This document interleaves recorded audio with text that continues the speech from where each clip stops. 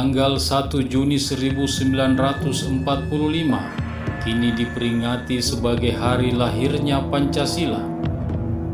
Berdasarkan catatan sejarah lahirnya Pancasila pada tanggal 1 Juni 1945, Soekarno berpidato di depan sidang Dokuritsu Zumbi Chosakai atau Badan Penyelidik Usaha Kemerdekaan dan mengemukakan hasil pemikirannya mengenai dasar filosofi dari berdirinya negara Indonesia Merdeka.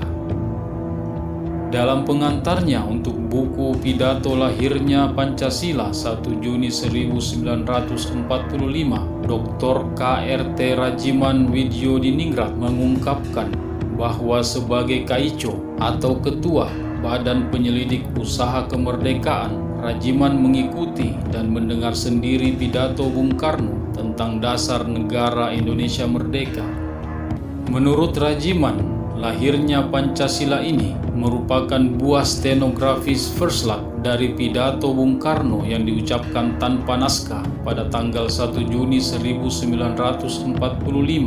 Pidato ini merupakan beginzel yang telah meresap dan berurat akar dalam jiwa Bung Karno dan keluar dari jiwanya secara spontan meskipun pada saat itu sidang BPUPK dilaksanakan di bawah pengawasan ketat bala tentara Jepang.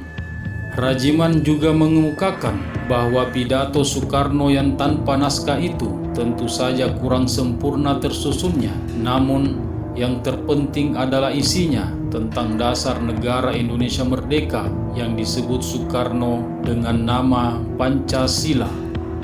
Lantas seperti apa sesungguhnya isi pemikiran Soekarno tentang dasar dan filosofi dari berdirinya negara Indonesia Merdeka yang disebut Soekarno sebagai filosofi Grondslag atau Weltanschauung? Simak terus video ini hingga selesai. Namun sebelum kita lanjut, jangan lupa tekan tombol like, subscribe, dan nyalakan lonceng notifikasinya agar Anda menjadi orang pertama yang akan mendapatkan video-video selanjutnya.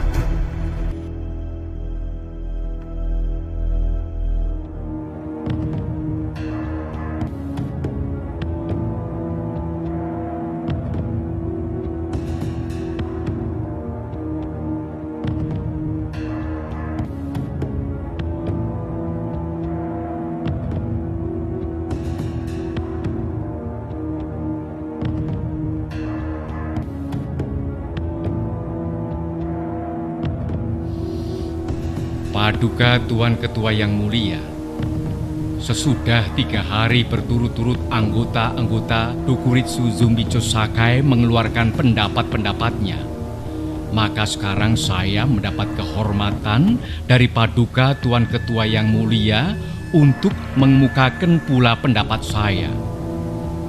Saya akan menetapi permintaan Paduka Tuan Ketua yang mulia. Apakah permintaan Paduka Tuan Ketua yang mulia? Paduka Tuan Ketua yang mulia minta kepada sidang Dokuritsu Zumbi Chosakai untuk mengemukakan dasar Indonesia Merdeka. Dasar inilah nanti akan saya kemukakan di dalam pidato saya ini.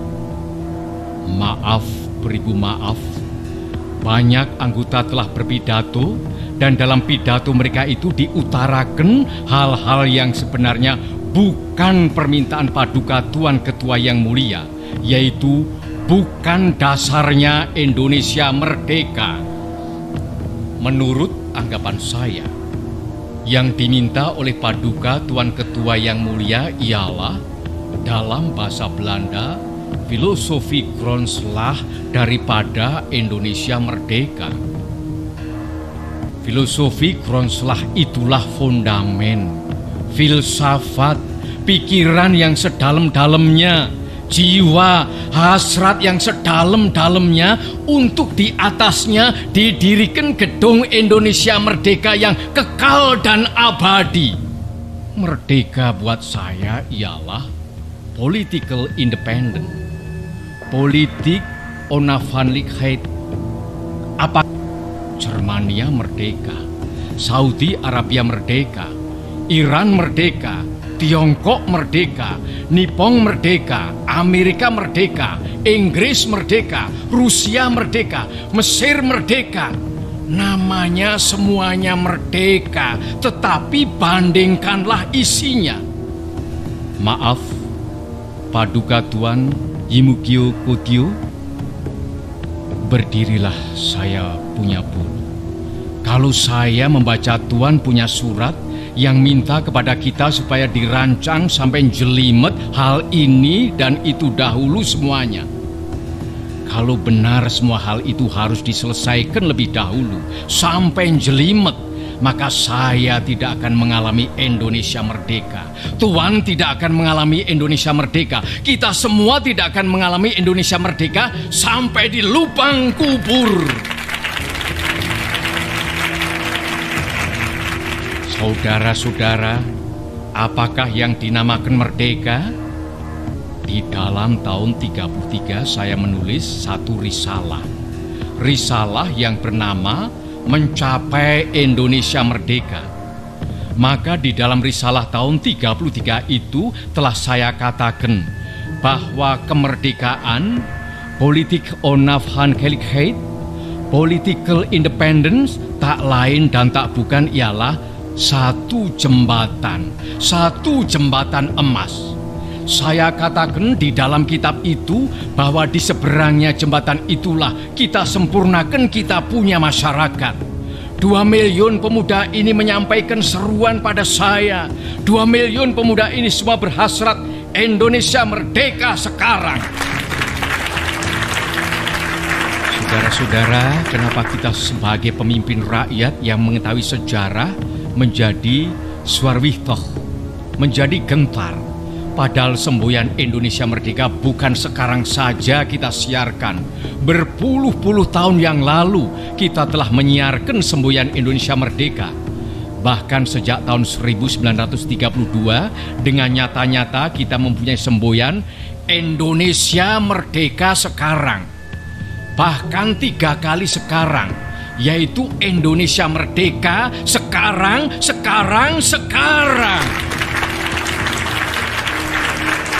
Saudara-saudara, kalau umpamanya pada saat sekarang ini bala tentara Dai Nippon menyerahkan urusan negara kepada kita, maka 1 menit pun kita tidak akan menolak. Sekarang pun kita menerima urusan itu. Sekarang pun kita mulai dengan negara Indonesia yang merdeka.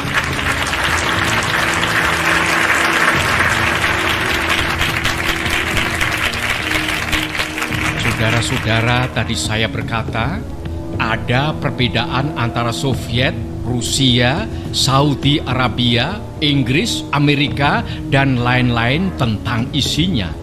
Tetapi ada satu yang sama, yaitu sedia mati mempertahankan tanah air kita Indonesia. Pada saat itu bangsa Indonesia adalah siap sedia masak untuk merdeka. Dalam Indonesia merdeka, kita melatih pemuda kita agar supaya menjadi kuat. Di dalam Indonesia merdeka, kita menyehatkan rakyat sebaik-baiknya. Inilah maksud saya dengan perkataan jembatan. Di seberang jembatan emas inilah baru kita leluasa menyusun masyarakat Indonesia merdeka yang gagah, kuat, sehat, kekal, dan abadi. Tuan-tuan sekalian, kita sekarang menghadapi satu saat yang maha penting. Tidakkah kita mengetahui sebagaimana telah dihukum internasional atas suatu Weltanschauung? Paduka Tuan Ketua yang mulia, apakah Weltanschauung kita jikalau kita hendak mendirikan Indonesia yang merdeka? Maka demikian pula jika kita hendak mendirikan negara Indonesia merdeka. Paduka Tuan Ketua, timbullah pertanyaan, apakah Weltanschauung kita untuk mendirikan negara Indonesia merdeka di atasnya? Apakah nasional sosialisme? Apakah historis nasionalisme? Apakah Sanmincui? sebagai dikatakan oleh Dr. Sun Yat-sen. Saudara-saudara sekalian, kita telah bersidang 3 hari lamanya. Banyak pikiran telah dikemukakan, macam-macam, tetapi alangkah benarnya perkataan Dr. Sukiman, perkataan Ki Bagus Hadikusumo, bahwa kita harus mencari persetujuan faham. Kita bersama-sama mencari persamaan filosofi Kronslag, mencari satu Weltanschauung yang kita semua setuju. Saya katakan lagi setuju. Apakah itu? Pertama-tama saudara-saudara saya bertanya, apakah kita hendak mendirikan Indonesia Merdeka untuk sesuatu orang, untuk sesuatu golongan? Mendirikan negara Indonesia Merdeka yang namanya saja Indonesia Merdeka, tetapi sebenarnya hanya untuk mengagungkan satu orang, untuk memberi kekuasaan kepada satu golongan yang kaya, untuk memberi kekuasaan pada satu golongan bangsawan. Kita hendak mendirikan suatu negara semua buat semua, bukan buat satu orang, bukan buat satu golongan, baik golongan bangsawan maupun golongan yang kaya, tetapi semua buat semua. Inilah salah satu dasar pikiran yang nanti akan saya kupas lagi. Maka yang selalu mendengung di dalam saya punya jiwa, bukan saja di dalam beberapa hari di dalam sidang Dokuritsu Zumbicho Sakai ini, akan tetapi sejak tahun 1918, 25 tahun lebih, ialah dasar pertama yang baik dijadikan dasar buat negara Indonesia, ialah dasar kebangsaan. Kita mendirikan satu negara kebangsaan Indonesia. Saya katakan bahwa dasar pertama buat Indonesia ialah dasar kebangsaan. Itu bukan berarti satu kebangsaan dalam arti yang sempit, tetapi saya menghendaki satu national state. Apakah yang dinamakan bangsa? Apakah syaratnya bangsa? Definisi Otto Bauer pun sudah tua. Sebab tatkala Ernest Renan mengadakan definisinya itu, tatkala Otto Bauer mengadakan definisinya itu, tatkala itu belum timbul satu wetenschap baru, satu ilmu baru yang dinamakan geopolitik. Kemarin, kalau tidak salah, Saudara Ki Bagus Hadikusumo atau Tuan Munandar mengatakan tentang persatuan antara orang dan tempat. Persatuan antara orang dan tempat, tuan-tuan sekalian, persatuan antara manusia dan tempatnya. Iya, akar di dalam buminya nasionalisme. Nasionalisme tidak dapat hidup subur kalau tidak hidup dalam taman sarinya internasionalisme. Jadi dua hal ini saudara-saudara, prinsip 1 dan prinsip 2, yang pertama-tama saya usulkan kepada tuan-tuan sekalian adalah bergandengan erat satu sama lain. Kemudian apakah dasar yang ketiga? Dasar itu ialah dasar mufakat, dasar perwakilan, dasar permusyawaratan. Negara Indonesia bukan satu negara untuk satu orang, bukan satu negara untuk satu golongan, walaupun golongan kaya. Tetapi kita mendirikan negara semua buat semua, satu buat semua, semua buat satu. Saya yakin bahwa syarat yang mutlak untuk kuatnya negara Indonesia ialah permusyawaratan perwakilan. Dengan cara mufakat, kita perbaiki segala hal, juga keselamatan agama, yaitu dengan jalan pembicaraan atau permusyawaratan di dalam badan perwakilan rakyat. Apa-apa yang belum memuaskan, kita bicarakan di dalam permusyawaratan. Prinsip nomor 4 sekarang saya usulkan. Saya di dalam 3 hari ini belum mendengarkan prinsip itu, yaitu prinsip kesejahteraan. Prinsip tidak akan ada kemiskinan di dalam Indonesia merdeka. Maka prinsip kita harus, apakah kita mau Indonesia merdeka yang kaum kapitalnya merajalela, ataukah yang semua rakyatnya sejahtera, yang semua orang cukup makan, cukup pakaian, hidup dalam kesejahteraan, merasa dipangku oleh Ibu Pertiwi yang cukup memberi sandang pangan kepadanya? Mana yang kita pilih, saudara-saudara? Kita sudah lihat di negara-negara Eropa adalah badan perwakilan, adalah parlementer demokrasi. Tetapi tidakkah di Eropa justru kaum kapitalis merajalela? Di Amerika ada suatu badan perwakilan rakyat, dan tidakkah di Amerika kaum kapitalis merajalela? Tidakkah di seluruh benua barat kaum kapitalis merajalela? Padahal ada badan perwakilan rakyat. Tak lain tak bukan sebabnya ialah oleh karena badan-badan perwakilan rakyat yang diadakan di sana itu sekadar menurut resepnya France Revolusi. Adakah keadaan yang demikian ini kita kehendaki?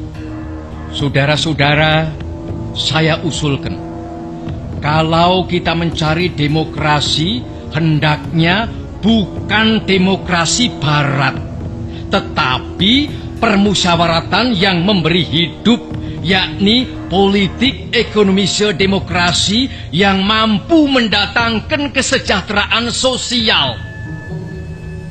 Yaitu bukan saja persamaan politik, saudara-saudara, tetapi pun di atas lapangan ekonomi kita harus mengadakan persamaan. Artinya kesejahteraan bersama yang sebaik-baiknya.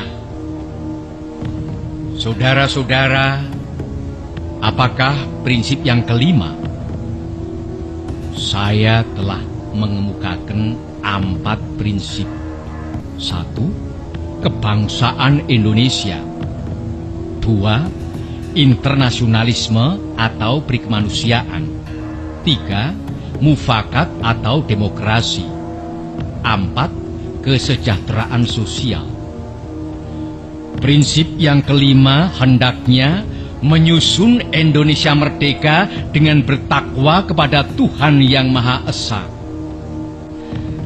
Prinsip ketuhanan bukan saja bangsa Indonesia bertuhan, tetapi masing-masing orang Indonesia hendaknya bertuhan.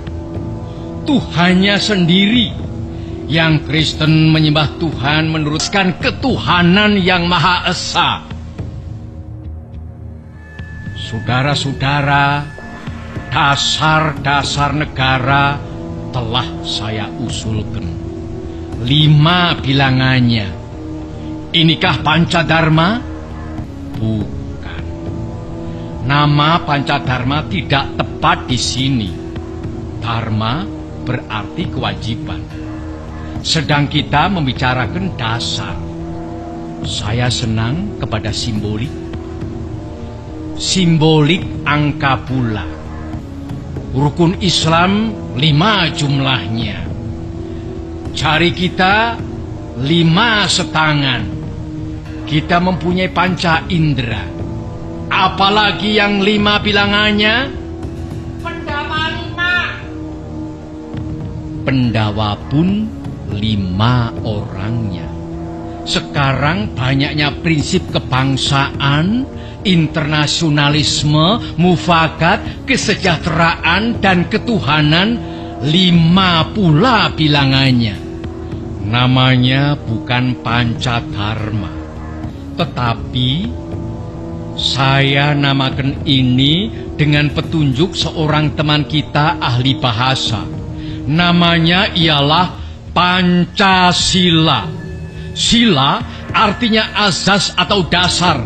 Dan di atas kelima dasar itulah kita mendirikan negara Indonesia kekal dan abadi.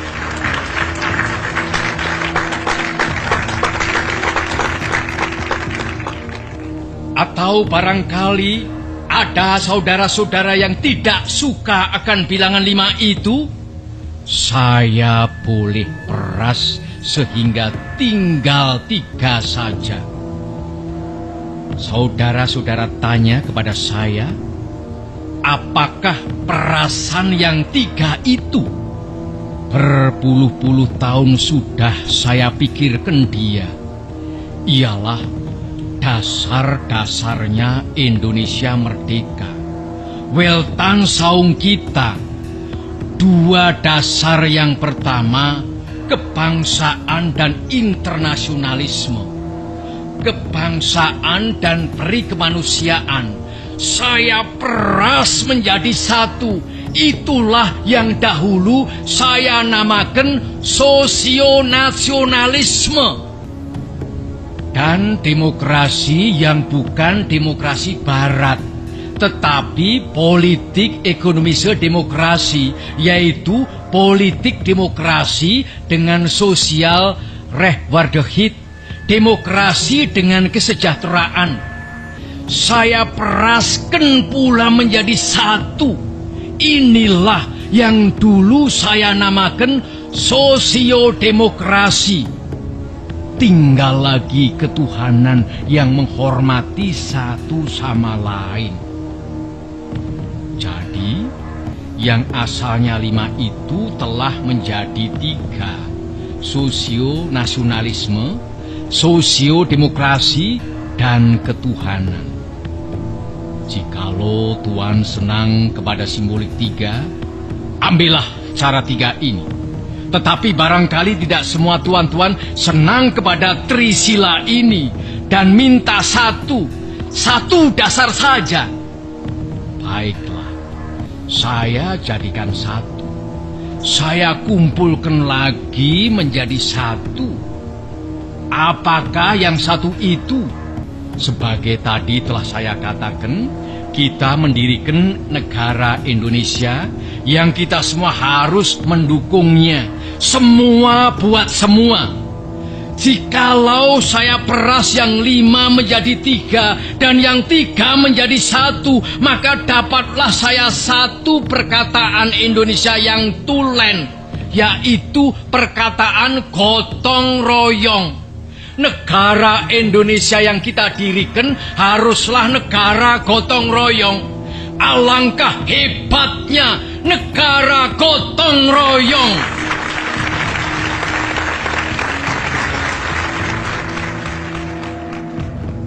Marilah kita menyelesaikan karya, gawe, pekerjaan, amal ini bersama-sama. Gotong royong adalah pembantingan tulang bersama, pemerasan keringat bersama, perjuangan bantu pinantu bersama, amal semua buat kepentingan semua, keringat semua buat kebahagiaan semua, holopis kontol baris buat kepentingan bersama. Itulah gotong royong.